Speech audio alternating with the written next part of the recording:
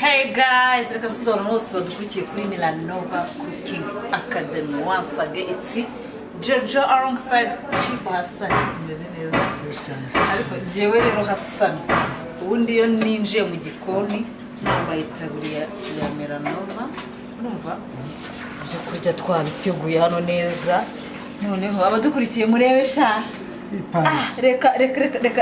Reka mbakumbuze. Ubu turi mu gikoni. Ubundi iyo turi mu gikoni turi kumwe n'umutetsi cyangwa se abatetsi bari profession. Ibintu bimera neza bikaba uburyohe. Reka rero shishikariza abakunzi bacu kudukurikira 5 kuri 5 turi kuri Milanova Cooking Academy twigisha guteka indyo zitandukanye. Sibyo gusa tunabigisha hano dukorera Kicukiro. Aha Kicukiro rero dukorera iyo ushaka kwiga guteka indyo zitandukanye cyangwa se hari balist. Ndagira ngo uri hano tuvuge tubwira abakunzi bacu kuko tumaze kugira abantu benshi badukurikira. Dufite abantu benshi cyane badukurikira, barabitwereka, hari abatwandikira kuri email, kuri nimero ya telefone, kuri WhatsApp. Turiho murebe kuri Milanova Cooking Academy turiho. Twashyizeho social media zacu zose. Nende kubabwira ngo twigisha ibijyanye na hospitality. Harimo barista. Yego. Ibindi Kanali art. Guteka hari ibitego bitandukanye. Patisserie, boulangerie, imigati, gukora amakeke, kudekora ibijyanye na byose. Yego. Ibyo byose rero turabyigisha muri Milanova Cooking Academy. Uno munsi rero turagarutse nka Jojo ndetse na Hassan tugiye mu gikoni tugiye guteka. Nkuko muri kuri bibona muri background twateguye ibyo tugiye guteka. Agiye kwakira Hassan noneho ababwire muri makeya ese muri Milanova Cooking Academy today tugiye kubigisha iki. Abantu mwatwandikiye muri comment, please andika muri comment ushyiremo icyifuzo cyawe nimba ushaka ko tugutekera ikizi. Ikintu cyose ushaka ko tugutekera tukwigisha guteka utazi, andika muri comment tubwire ati njyewe mumfashe muyigishe guteka iki niki turahita tubigukorera. Urabona ko twateguye Hassan ugiye kubatekera iki mu gikoni. Ubu ngubu tugiye kureba ukuntu umuntu ashobora kumarina inkoko ugize ukatamo ibipande urabibona twabikoze, noneho ukazimarinatinga zigafata ikirungo, zamafata ikirungo none tukaza gukora icyo bita chicken fry. Chicken fry ahandi ubona inkoko ikosubira inkoko ni nkuba hari ahantu mperutse gusohokera barayimpambura ntimeze neza. Rero yiri umutetsi uri professional umuntu agakora ibintu nabisha birakubangamira. Byo byakubaho byarambangamiye mbura uko mbigenda nawe atariko nta kundi nasohotse ariko ningeri wacu mu gikoni ndagenda nteke neza. Noneho aba bantu nabo mbigisha uzabona badukurikira kuri Milanova ni benshi, uza abantu bamaze kubyigiraho bakamenya guteka ni benshi. Guys, abantu mwigiye kuri Milanova muduhamagare mugura kana turakoresha twagiye aho vegetable oil. Nabagushyira amavuta makeya ko niyo marine ukoresha marination ariko ya mavuta mushyiramo menshi warangiza ukazana agasoya sauce gake kugira ngo zihindure kurera. Bashaka uburyo bwazo abakurikiye hano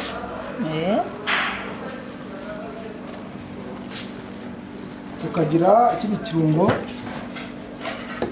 cyitwa akibona iki cyitwa timiriki. Biryoha kandi ibirungo bari n'imitekasiyo. Abantu bamarine inkoko kabona se ngo yayimaranye yabikoza ate kabona ibintu bidasobanutse kandi kuri Milanova turabibigisha byose cyane. Guys, mujye mukurikira ku buntu koko kora subscribe wandike comment ubundi duhamagara tugure n'akantu tuba tubigisha ibintu by'ubwenge. Ibintu byose maze n'akantu mutugane hano Kicukiro impande ya hano tukagira ikindi kirungo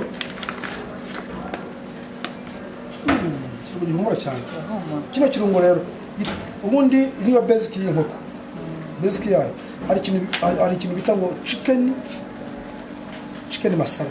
Chicken masala ari usanga mu bikombe, ari usanga izi ni original, ziza gutya zibe mu Buhinde ari OG. Chicken masala rifasha inkoko guhumura cyane, noneho ugasanga bya bintu bya timirike byahinduye kureri aka sauce gakeya, ukirinda gukoresha umunyu mwinshi tugiye kureba iyo bavuze ngo biryani masara ni ikirungo gitumye inkoko yawe isa neza ikaryoha.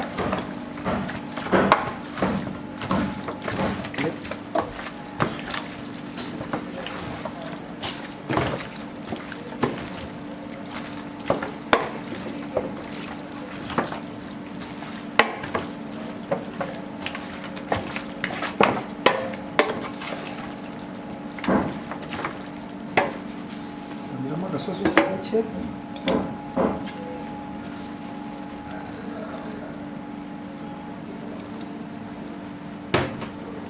ya biryani masara iri mu gikombe cyayo wakibonye. Rero ngiyi iyi rero niyo iyi yitwa rero, ubona ko iyi niyo ita biryani masara. Iyi ku nkoko rero ni ibintu byayo cyane. Hari abantu usanga wenda bafite igikoni ariko ibirungo atazi gukoresha ibirungo byayo, ahubwo rero noneho ngiye niga gukoresha ibirungo byo kumarinetinga cyane cyane izi nkoko zitwa pondesi cyangwa se izi nkoko zaje zitabonye z'inyarwanda za kera, ziba zisaba kugira ngo zirungire zihumure zivemo cya kintu cy'ikinuko cy'inkoko. Ugasanga rero nkoko iyo uhaye ibirungo urya inkoko iryoshye, urya inkoko itetse neza, ukirinda kuziteka umwanya munini cyangwa kuzitogosa. Izi ngizi zitogosheje akenshi udashaka gukora boil ukaziteka mu mazi nk'uko uzishe, ntabwo zigira icyanga kandi zishya vuba cyane, ugasanga zashwanyaguritse cyane. So rero uribaza tuzimarinetinze urazibonye, akazi kazo ubu gasa nkaho nko kuzimarina gasa nkaho karangiye. Icyo dukora turazibika byibuze tuzishyira ahantu byibuze zimara nk'amasaha 2, bazifunga neza zimara amasaha 2 ziri ahantu, naba muri firigo haba ari ahantu runaka zifunze neza na killing film cyane aluminium. Noneho uzitegereze maneshoni yazi yinjiramo, nyuma kwinjiramo bakora igice cya kabiri cyo kuzifryinga. Tujya kukwereka tugiye kuzifryinga. Hasa uri kubona ukuntu bisa neza, ariko hari abantu bazimarina ukabona se iyi ni inkoko ni inkuba wa mugani ukakuyobera ayibona ariko itandukanye kwa kundi washyira nk'ibintu byinshi none cyane ugasanga takaje buya ariko imareshwa isawa. Urabona ko bikozwe na Chief Hassan Mutetsi. Ubwo rero profession ibintu turaza kubireba tuyishyize kuri frying cyangwa se ufite oven ushobora kwishyira mu ifuru bifite, ariko se na ngombwa wahita ku ipanu nziza cyangwa se ikindi kintu ufite wifashisha. Hano ukoresha uburyo bwose ufite, ari ifuru, hari abagira amafuru, hari abagira ipano, ni ibintu biri easy twe tubereka. No musafuriya wabikora, inkwi wayiteka kuri mwisi ngomba ngo uteke ku magazi cyangwa iki, ahantu hose wabikora, ahantu hose uburyo bwose uteka wabikora. So guys, nyuma y'aho rero sasa tugiye gushyiramo iki agasereri gake gatuma impumura bikiri neza. Hano hari ibitunguru by'umutuku bikase cubes. Barebe uko biba bikase neza, abantu babikatagura ukagira ngo ni imbwija cyangwa ni isombe cyangwa ni isogi cyane.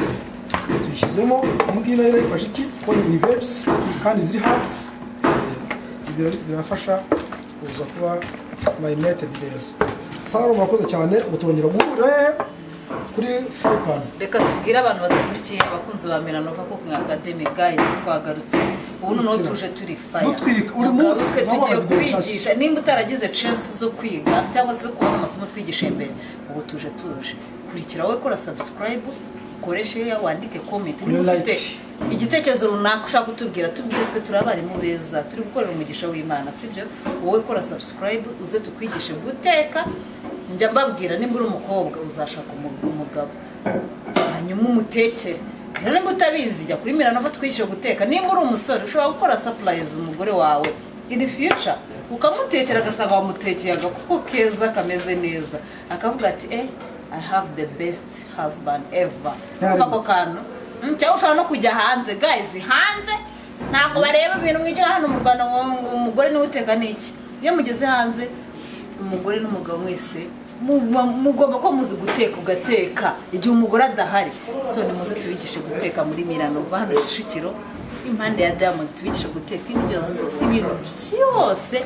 Hanyuma kandi mutanishe muri kubireba, ufata telefone yawe ukajya kuri YouTube ukandikamo Milanova Cooking Academy, bitubona abatetsi kabuhariwe bakakwigisha guteka wiyicariye mu rugo, uri mu kazi ahantu hatandukanye hose waba uri, ukiga guteka wibereye aho uri gukora n'indi mirimo. Twiga guteka ni Milanova Cooking Academy.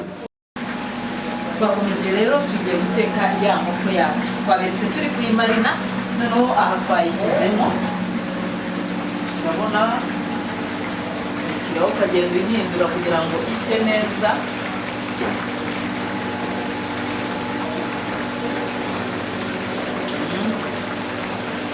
Maze iyo wayimarinnye ukayishyira mu mavuta ugenda uyihindura kugira ngo igende ishye neza.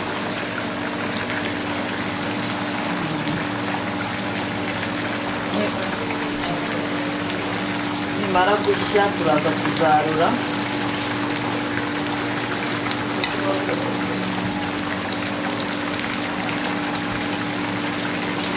Urabona ko biri kugenda bishya, na sote zacu turazitetse.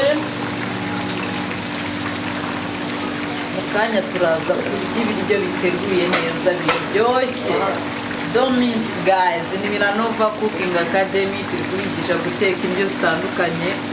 N'umunsi turabatekeye ibintu byiza cyane kugira ngo mwe muze kuba hafi murebe ewana.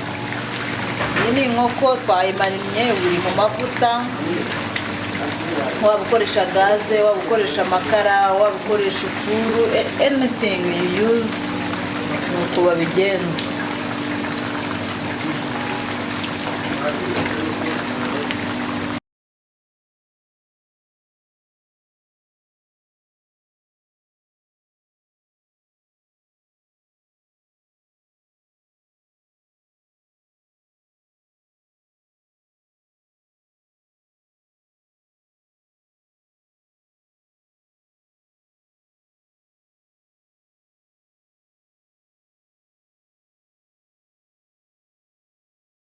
Burya nubwo twese tudafite ubushobozi bwo gushinga business yacu ngo twiremere akazi, ubushomeri ni ikintu gihangayikishije abantu benshi ku isi. Ese mu gihe iki kibazo gikomeje kugorana, igisubizo kirava muri Milanova Cooking Academy. Aha bakwigisha gukora ibigendanye n'amafarini byose aho biva bikagera. Uba washobora gukora keke, izi zo mu bukwe ndetse no mu anniversaire. Wakora amasnacks y'ubwoko bwose. Uhigira guteka ku buryo buri ku rwego rwo kuba wateka muri hoteli y'inyenyeri 5. Umenya gukora pizza, burger, umugati, gutegura inkoko ndetse n'ibindi byose bitandukanye umuntu ashobora kurya agasigara baririza uwabiteguye. Si ibyo gusa kuko bakwigisha gukora coffee barista, umenya gukora icyayi cy'amoko yose harimo nka cappuccino, cafe latte, black tea n'ibindi byose bibarizwa mu icyo cyiciro. Umenya gukora cocktail juice n'ibindi byose wifuza, kandi mu gihe gito bakagufasha kubona akazi ndetse bakaguha n'impamyabumenyi. Milanova Cooking Academy bakorera hano Kicukiro imbere IPRC.